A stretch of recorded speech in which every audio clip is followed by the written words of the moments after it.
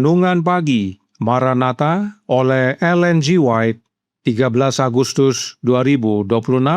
Mari kita berdoa.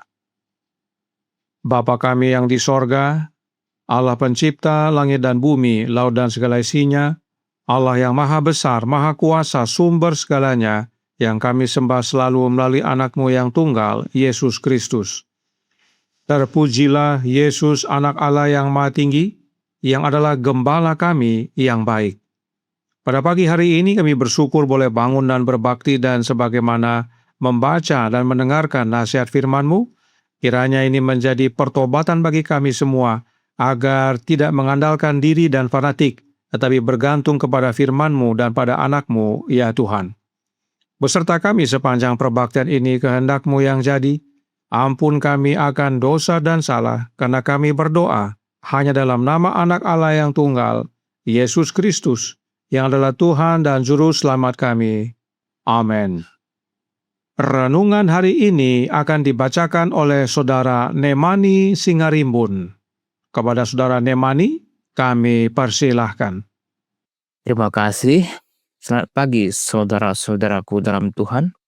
Bacaan renungan kita pada pagi hari ini, tanggal 13 Agustus tahun 2026 adalah pesan, perasaan, dan obat-obatan.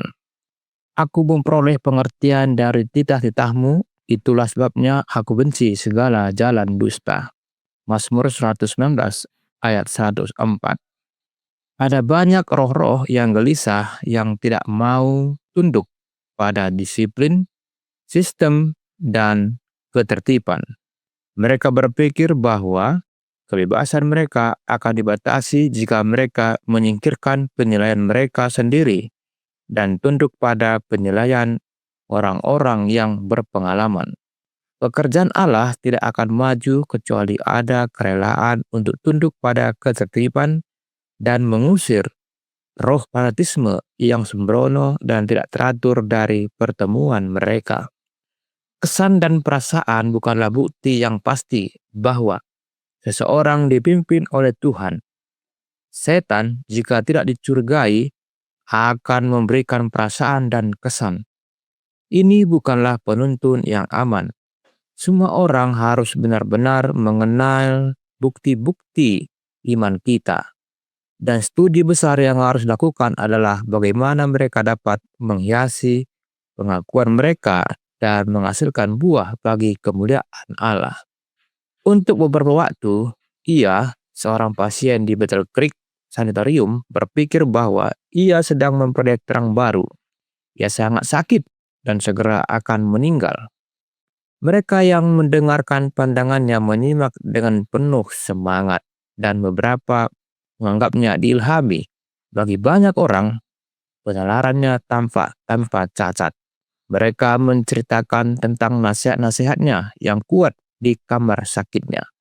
Pandangan-pandangan yang paling menakjubkan lewat di hadapannya. Tetapi apa sumber inspirasinya? Itu adalah morfin yang diberikan kepadanya untuk meredakan rasa sakit. Racun yang terkandung dalam banyak obat disebut sebagai penawar, menciptakan kebiasaan dan nafsu yang berarti kehancuran bagi jiwa dan tubuh. Banyak obat populer yang disebut obat paten, bahkan beberapa obat yang diberikan oleh dokter berperan dalam meletakkan dasar bagi kebiasaan minum minuman keras, kebiasaan opium, kebiasaan morfin yang merupakan kutukan mengerikan bagi masyarakat. Jika berkat yang diklaim telah diterima oleh mereka yang mengaku dikuduskan, membuat mereka bergantung pada suatu emosi tertentu, dan mereka menyatakan tidak perlu menyelidiki kitab suci untuk mengetahui kehendak Allah yang dinyatakan, maka berkat yang dianggap itu adalah palsu. Sebab itu menuntun pemiliknya untuk memberi nilai pada emosi dan hayalan mereka yang tidak dikuduskan, dan menutup telinga mereka terhadap suara Allah dalam firman-Nya. Demikianlah saudara-saudaraku bacaan renungan pagi kita pada pagi hari ini. Terima kasih, Tuhan Yesus memberkati.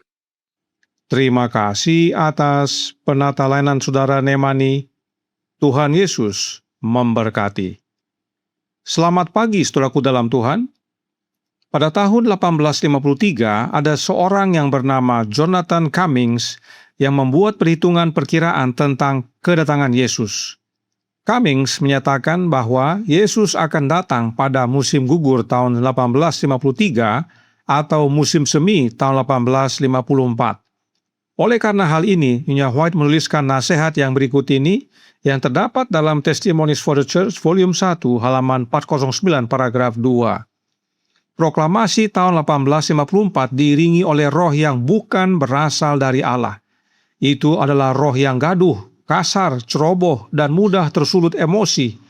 Kegaduhan dianggap oleh banyak orang sebagai inti dari agama sejati dan ada kecenderungan untuk merendahkan semua orang.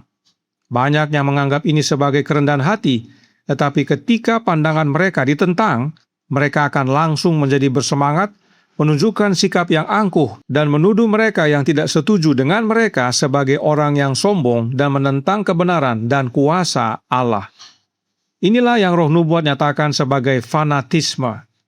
Saat pandangan mereka ditentang, maka mereka menunjukkan sikap angkuh dan menuduh. Perhatikan yang Roh Nubuat nyatakan tentang waktu. Masih dalam halaman yang sama dikatakan, 409 paragraf 1, fanatisme yang berkecamuk di tahun-tahun sebelumnya telah meninggalkan dampak yang menghancurkan di timur. Saya melihat bahwa Allah menguji umatnya pada waktu tertentu pada tahun 1844. Tetapi tidak ada waktu yang ditetapkan sejak saat itu yang memiliki tanda khusus dari tangannya. Dia tidak menguji umatnya akan waktu tertentu sejak tahun 1844. Artinya, tidak ada lagi penetapan waktu yang Allah tetapkan setelah tahun 1844.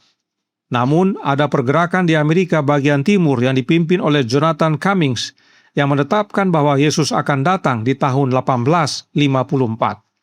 Roh Nubuat menyatakan bahwa hal tersebut bukan berasal dari Allah. Nah, yang menarik dari pergerakan 1854 tersebut adalah yang disampaikan dalam halaman 410 paragraf 1. Dikatakan, para malaikat kudus merasa tidak senang dan jijik dengan cara yang tidak hormat yang digunakan banyak orang dalam menyebut nama Allah, Yehova yang agung. Para malaikat menyebut nama kudus itu dengan rasa hormat yang sangat besar, selalu menutupi wajah mereka ketika mereka menyebut nama Allah, dan nama Kristus begitu suci bagi mereka sehingga mereka menyebutnya dengan penuh hormat. Tetapi betapa berlawanan roh dan pengaruh yang menyertai gerakan waktu tahun 1854. Beberapa orang yang masih berada di bawah pengaruh yang sama berbicara tentang Allah seperti mereka berbicara tentang kuda dan hal biasa lainnya. Dalam doa-doa mereka menggunakan kata-kata Allah yang Maha Kuasa dengan cara yang sangat umum dan tidak hormat. Bukankah yang serupa masih ada sampai sekarang? Dan umumnya orang-orang tersebut fanatik. Jika ajaran mereka ditentang, mereka menjadi angkuh dan menuduh. Dan yang menarik, hal tersebut terjadi di dalam Advent dan di luar Advent. Artinya, jika ada ajaran yang diterima oleh orang-orang Advent dan orang-orang non-Advent, dan bila ajaran tersebut ditentang, lalu sikap kedua kelompok tersebut sama, maka itu salah satu tanda bahwa ajaran itu bukan berasal dari Allah. Contoh yang berikut ini, yaitu tentang nama-nama kudus dalam bahasa Ibrani. Kami pernah berbincang-bincang dengan umat Advent yang mengajarkan bahwa kata Allah adalah nama dewa dan tidak boleh digunakan. Karenanya gunakan nama-nama dalam bahasa Ibrani seperti Yahweh, Yah, Yehova, Elohim, dan lainnya. Nah, yang menarik, hal yang sama kami pernah terima dari umat non-Advent yang berasal dari GBI. Ajaran yang sama dinyatakan kepada kami. Padahal, yang satu berbakti pada hari Sabat, hari Sabtu, yang satu berbakti pada hari Minggu. Namun keduanya mengajarkan yang sama tentang nama-nama kudus. Dan pada waktu kami menentang ajaran tersebut, orang-orang tersebut meskipun tidak pernah bertemu satu sama lain dan bahkan berbeda hari ibadah, namun sikap mereka kepada kami sama.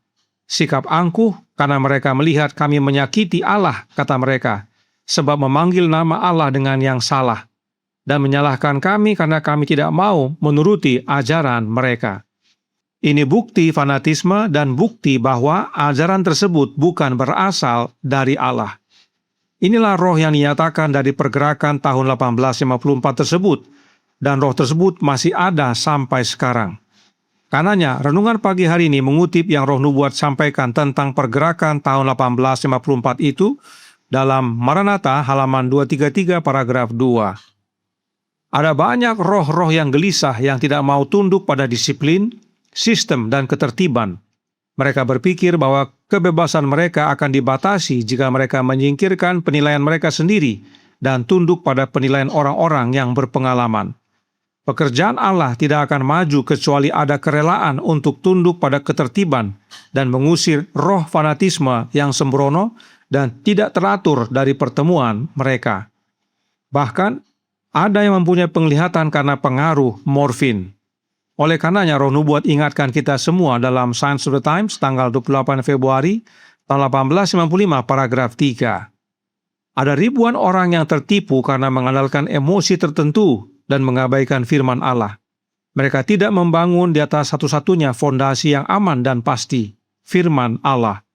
Agama yang ditujukan kepada makhluk yang berakal sehat akan menghasilkan bukti-bukti yang masuk akal tentang keasliannya, karena akan ada hasil yang nyata dalam hati dan karakter. Iman itu bukan perasaan. Banyak yang andalkan emosi dan bukan firman Allah. Fondasi yang kuat adalah firman Allah, dan hasilnya nyata, yaitu dalam hati dan karakter. Oleh sebab itu, renungan pagi hari ini berikan tanda bagi kita agar tidak terjerumus dalam fanatisme. Dalam paragraf 6 dikatakan, jika berkat yang diklaim telah diterima oleh mereka yang mengaku dikuduskan, membuat mereka bergantung pada suatu emosi tertentu, dan mereka menyatakan tidak perlu menyelidiki kitab suci untuk mengetahui kehendak Allah yang dinyatakan, maka berkat yang dianggap itu adalah palsu. Sebab hal itu menuntun pemiliknya untuk memberi nilai pada emosi dan hayalan mereka yang tidak dikuduskan, dan menutup telinga mereka terhadap suara Allah dalam firman-Nya.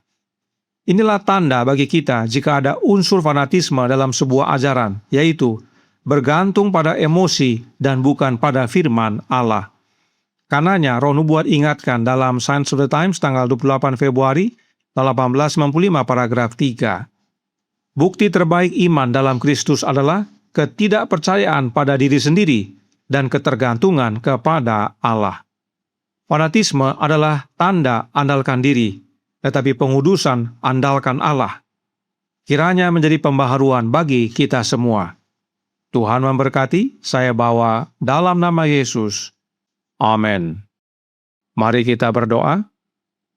Bapa kami yang di sorga, Allah pencipta langit dan bumi, laut dan segala isinya, Allah yang maha besar, maha kuasa, sumber segalanya, yang kami sembah selalu melalui anak-Mu yang tunggal, Yesus Kristus. Terima kasih atas nasihat yang begitu baik bagi kami pada pagi hari ini.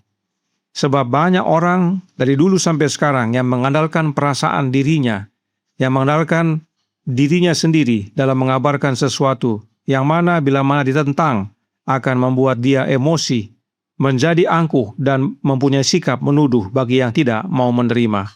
Karenanya tolong kami ya Bapa. Biarlah kami semua yang percaya berseru memohon akan kehadiran anak-Mu dalam hati kami oleh kehadiran Roh-Nya. Sebab hanya dengan hadirnya Roh-Nya Yesus dalam hati kami dapat terhindar dari fanatisme. Dan kami pun dapat mengamarkan banyak orang agar meninggalkan emosi, fanatisme diri sendiri dan kembali bergantung kepada Allah Bapa. Beserta kami sepanjang hari ini kehendak-Mu yang jadi, ampun kami akan dosa dan salah, karena kami berdoa hanya dalam nama Anak Allah yang tunggal, Yesus Kristus, yang adalah Tuhan dan Juru Selamat kami. Amin.